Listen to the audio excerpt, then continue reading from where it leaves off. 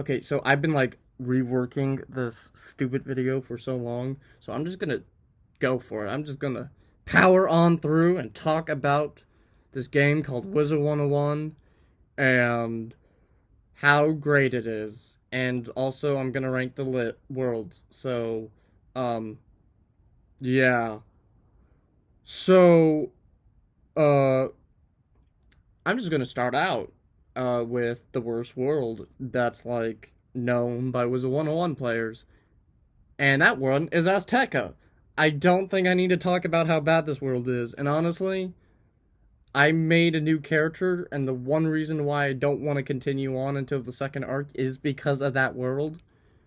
And that world is not only exceedingly tediously long and exceedingly have a bad story, but it also has bosses that have 20,000 HP.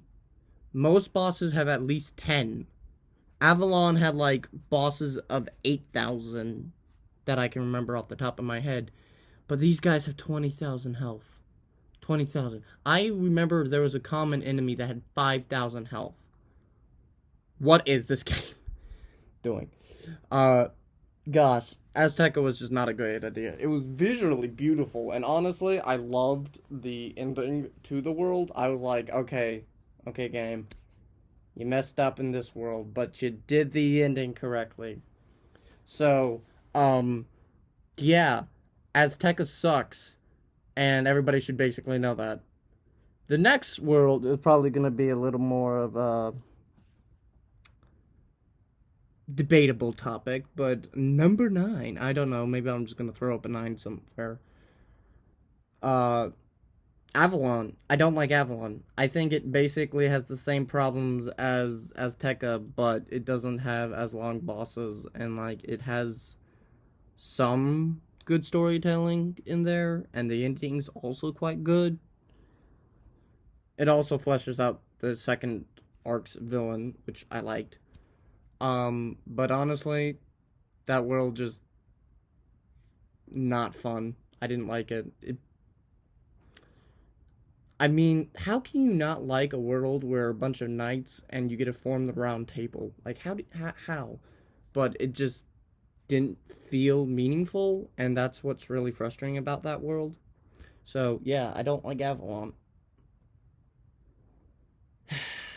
Okay. Mushu. I don't like Mushu as well. I'm gonna get to the parts I do like, so don't worry.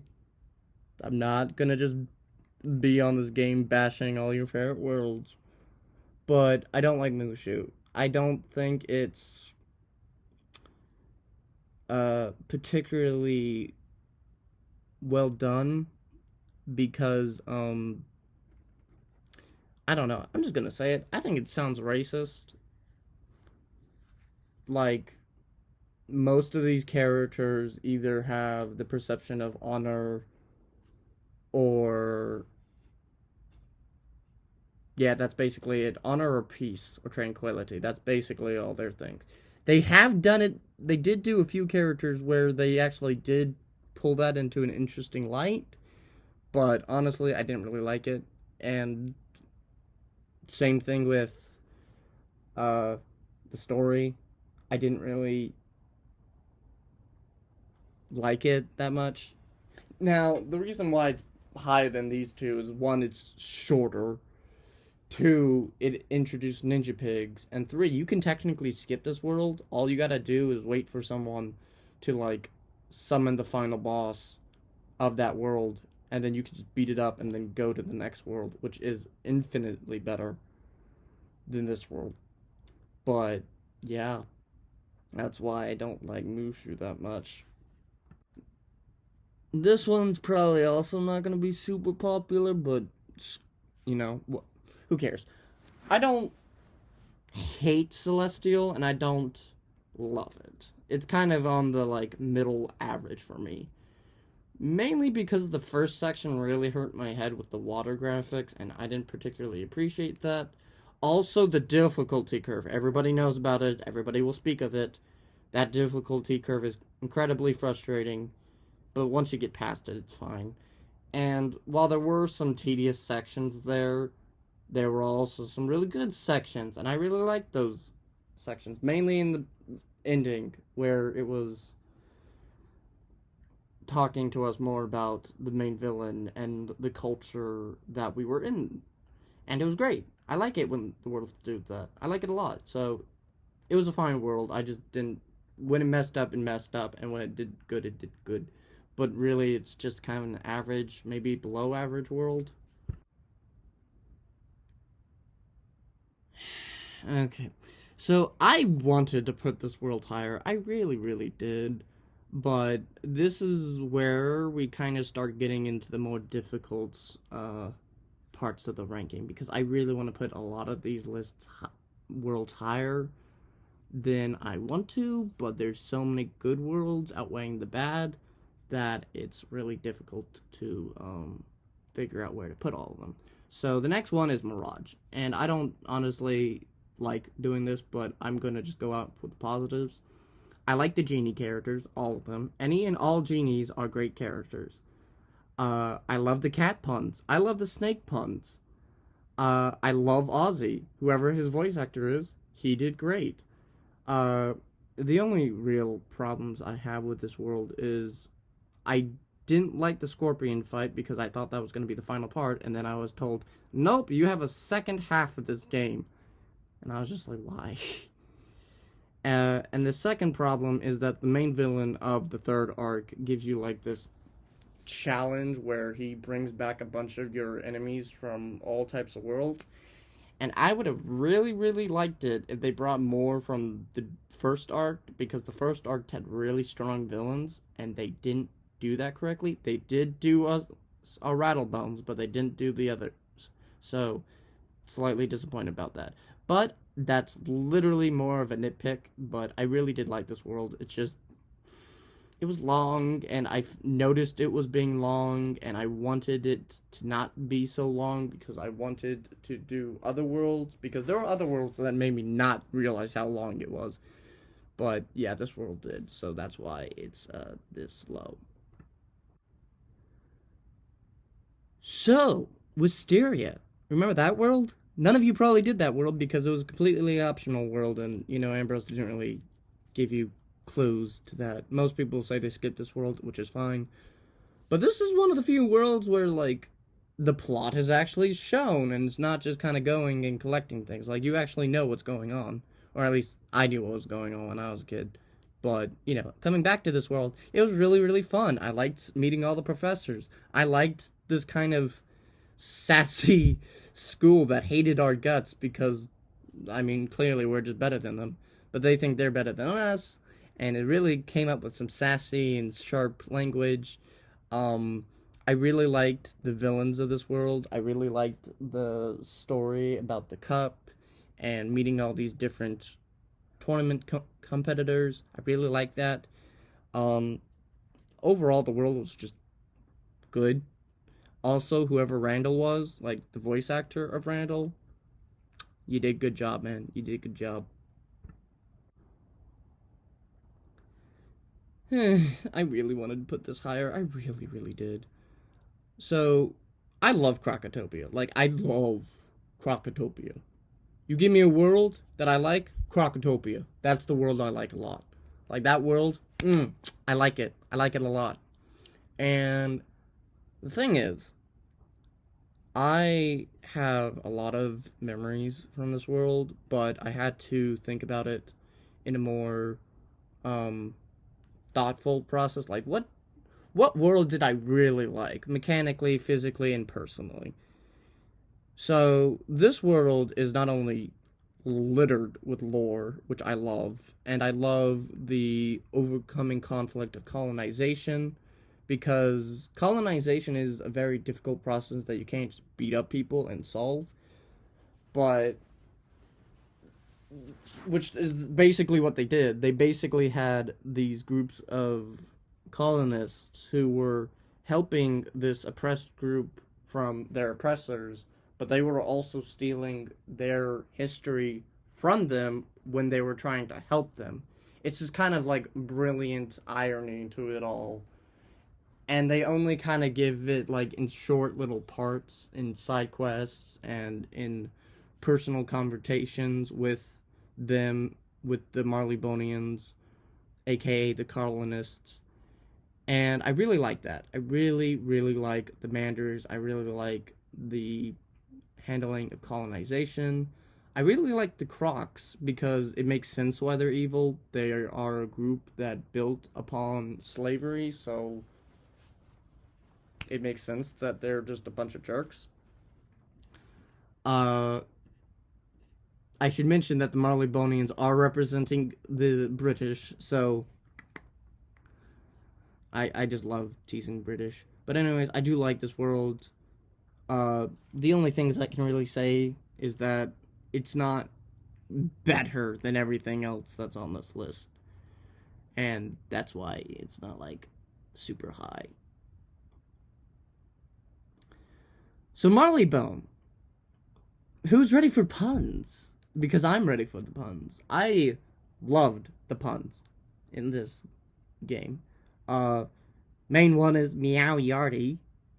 I love that name, Meow Yardy. Just it's just so good. It's not the only reason why I like this game, though. I like the story. I like feeling like a detective. I like having Sherlock Bones. Gosh, I'm never gonna stop not enjoying that name.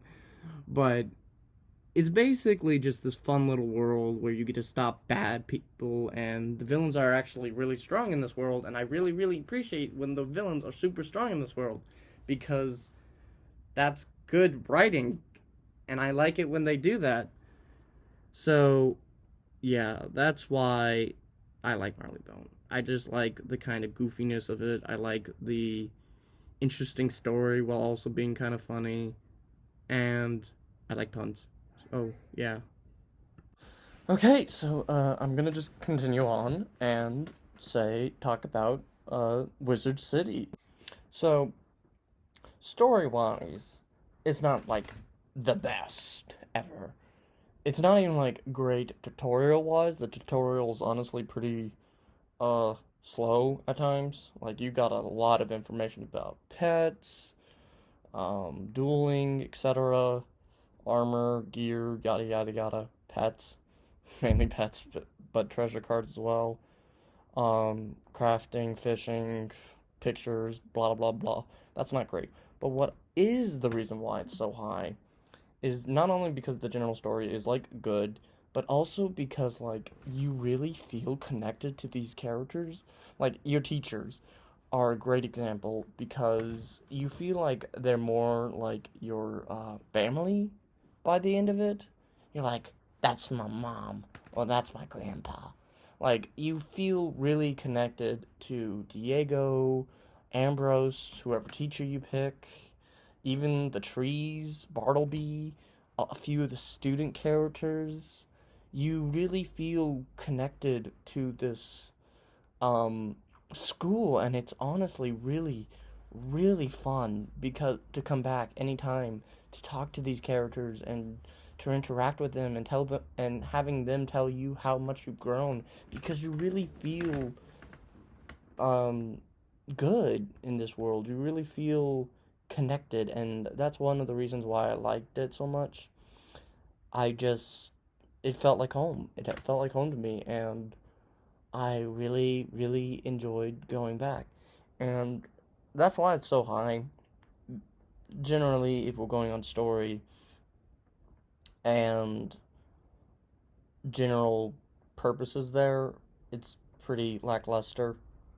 You don't really visit the streets that much anymore. But generally, and the tutorial's not great, but like generally, I'm gonna stop being negative and just say that I love all of the characters. I love Prospector Zeke. I love the librarian. I love some of the new additional characters that they bring up. I love the villains in all the worlds. Rattlebones is great. Harvest Lord is great. Achilles is great. The ghosts that turns the elves evil are great. I love Lord Nightshade. I love just the general atmosphere and the world and how you always get to come back to it after finishing World. I love it. It's great, and it's always going to feel like home for me. And that's why it's so high on this list. And I'm going to keep going with the next one on my list. which is Dragonspire.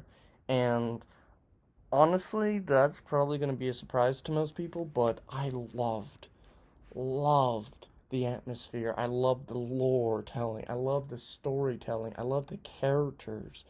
This is one of the worlds where it basically did everything right. And it was extremely dark for this game so far. Like, Crocotopia definitely had very ominous themes, but you could at least argue that it got better with your help. But in Dragonspire, it's one of the few worlds where your actions in that world don't really matter except for like beating Malastare because that world's already dead. And it's even more interesting noting, if you didn't know this, Cyrus Drake and Malastare both grew up there before it blew up. So it's really, really fascinating of the world's lore and the side quests, which are just fantastic. This world also has some of the best voice acting up to this point. And honestly, the battle with Malastare was great. I didn't get like all my childhood dreams true because I saw those commercials and man, as a kid, you saw Malastare and you were like, dude, this guy is the big bad. For at least me, I have a very special place in Malastare's heart, which I'm probably gonna talk about him later. But um, point is, I really liked his fight. It wasn't as great as I wished it was, but then I found out you gotta fight him again, and it was significantly better of a fight. Too bad you had to like go through a pretty bad dungeon to get to one of the best fights in the game. So that's sad.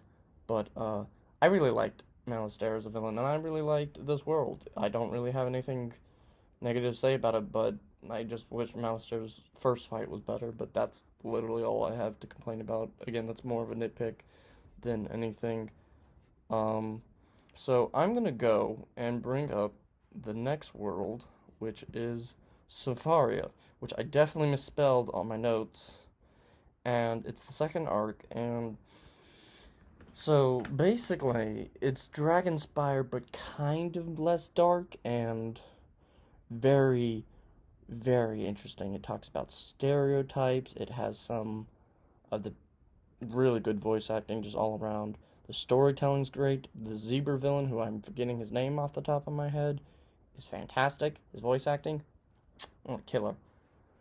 Um, I really like the Elephant Nation. I really like the Zebu. I think that's how you pronounce it. The Zebu Nations. The Lion Nation was really cool. I really liked a lot of those characters, and I honestly wish I got to spend more time in all of the worlds, but I never really thought about where I was. I wasn't like, oh man, I wish this world was like shorter. I was always thinking, oh man, this world's great. I wish it was longer. Of course, the only thing that everybody points out is the stupid Bellows boss. I don't remember his name off the top of my head, and I probably misspelled it. But the guy who always summons Ra if you don't hit him. Ra. Yeah, him. I didn't have too much trouble with him, honestly, because I have Fire Elf, and Fire is actually really good with those.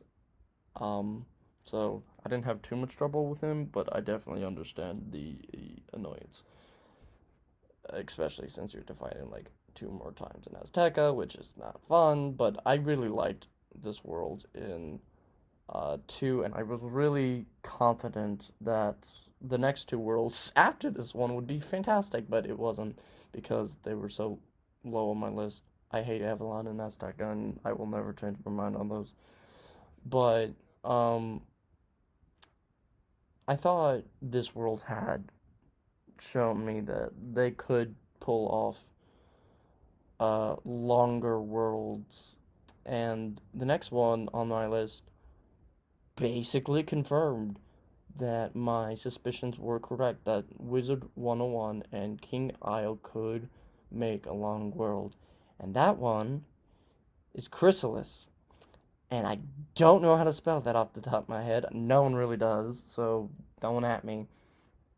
But it's very similar to Dragonspire, being very connected to the main villain, being very dark and ominous in its storytelling, but this one was a lot more upbeat because not only were you shown how much your actions affected the world because you were slowly removing Morganth's uh, power over on this world, but it also had you have some great voice acting with I don't remember the mouse character's name off the top of my head, but there's this great mouse character, and I want to say the Green Mantis, the first one you meet, the first fight you have, that's a boss.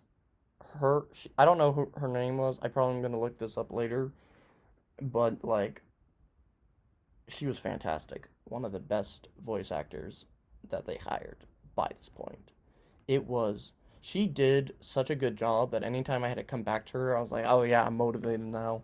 I was like, okay, I'm gonna go to sleep, and then I find out I had to talk to her again, so I'm just like, oh yeah, let's go talk to her again. I don't remember her name. I just remember she's a green mantis, or maybe it was in red. I don't remember. I don't care. But it was the companion that you got basically when you first met it, and it was like a mantis, and it was the main one. So most people who done crystals probably know what I'm talking about. But she's great. Um, and I really, really, really liked it, and it also solved all my problems with Azteca, making the bosses shorter, making the bosses more interesting, but not like with stupid attacks. It was great. I love it. Thank God for Chrysalis because seriously, if they had another bad world like Azteca, I would have probably dropped the game.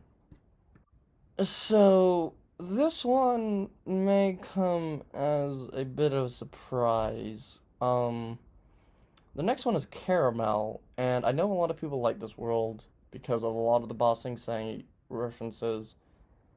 And honestly, not gonna lie, I think they did boss this world better than Bossing Say. Like it was creepy as a kid, but like the undertones of the political um ways that companies manipulate their employees and how they manipulate others. Just all the capitalist themes were fantastic, and I love this world a lot.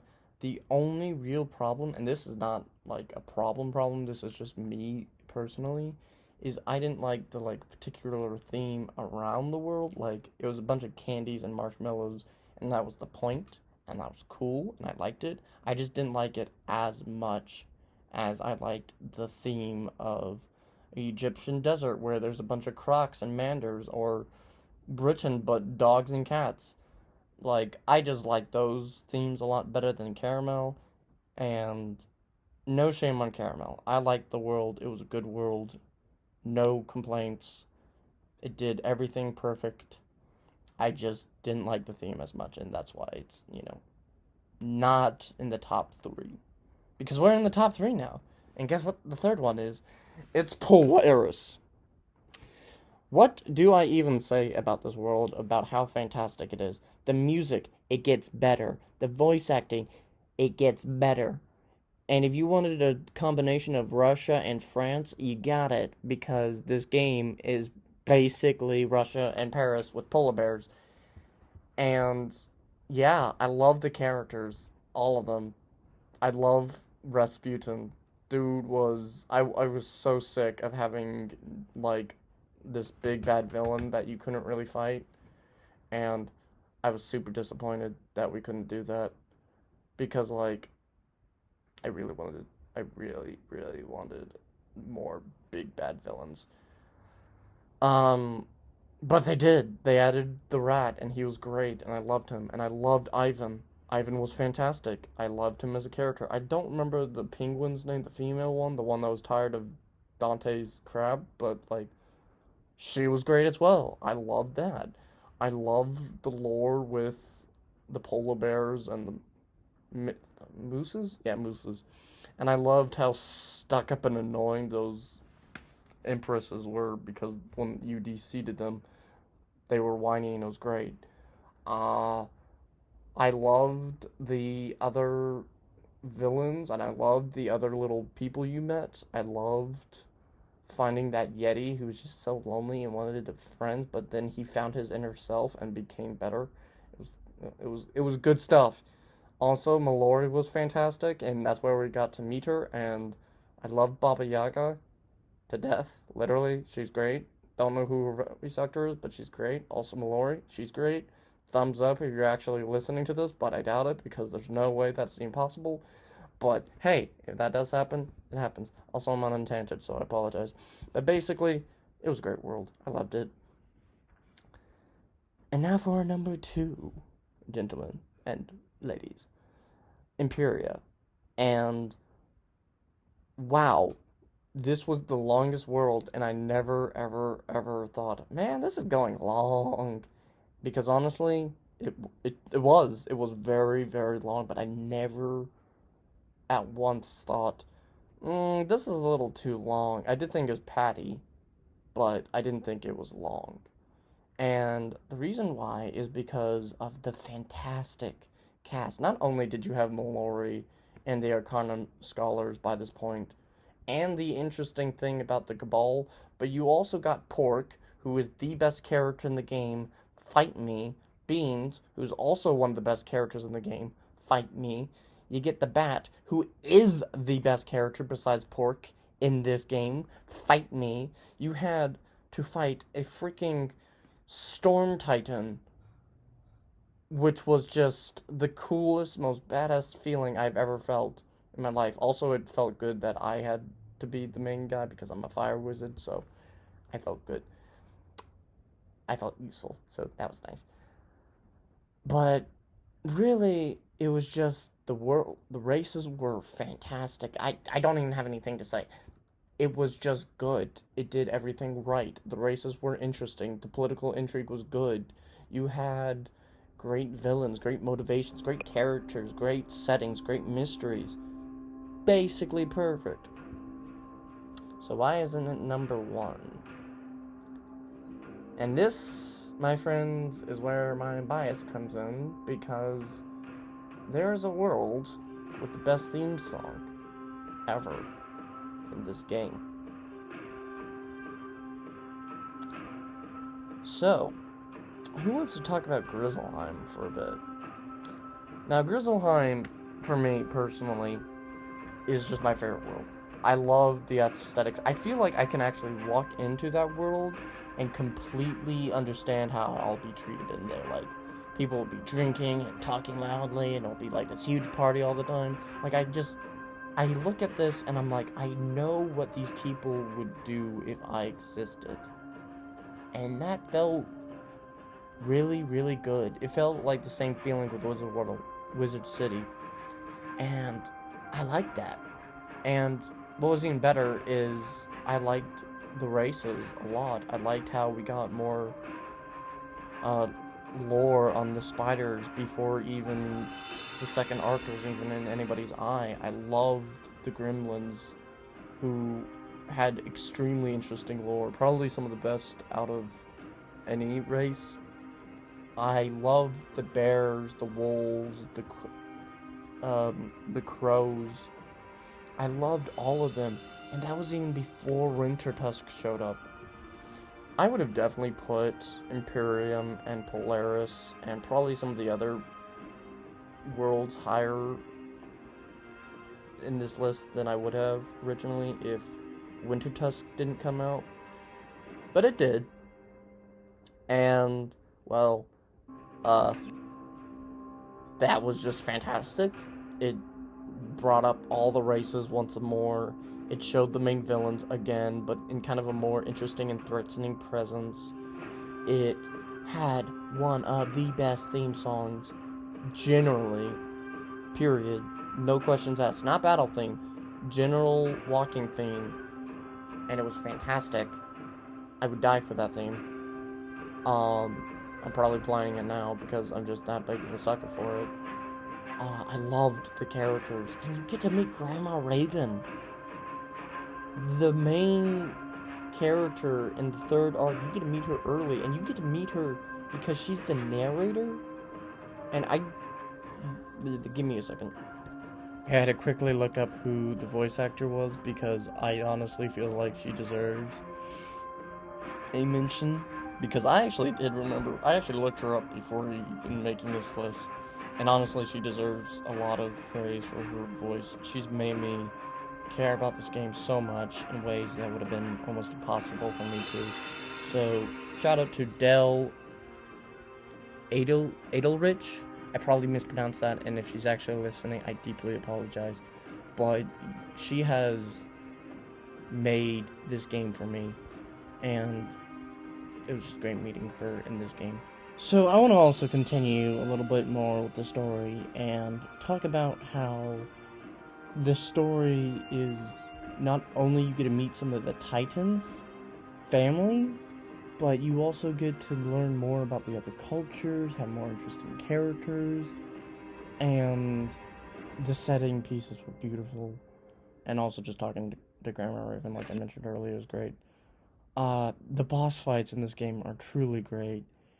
And honestly, I can't just say anything really to give it full justice, but it was just perfect. The only thing that was like the cherry on the top was the music, and again, best storming theme. It was better than Morgant's battle theme, and that's a lot of high praise because I listened to that thing on like a daily basis for like pumping up music, and it's just, oh.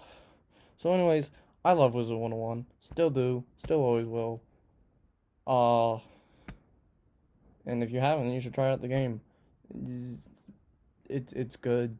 I like it a lot. Uh, yeah. Thank you for watching. And if you're one of my Wiz friends, hello. Don't be weird about this, but just hello. Anyways, I hope you all have a good day and stay well.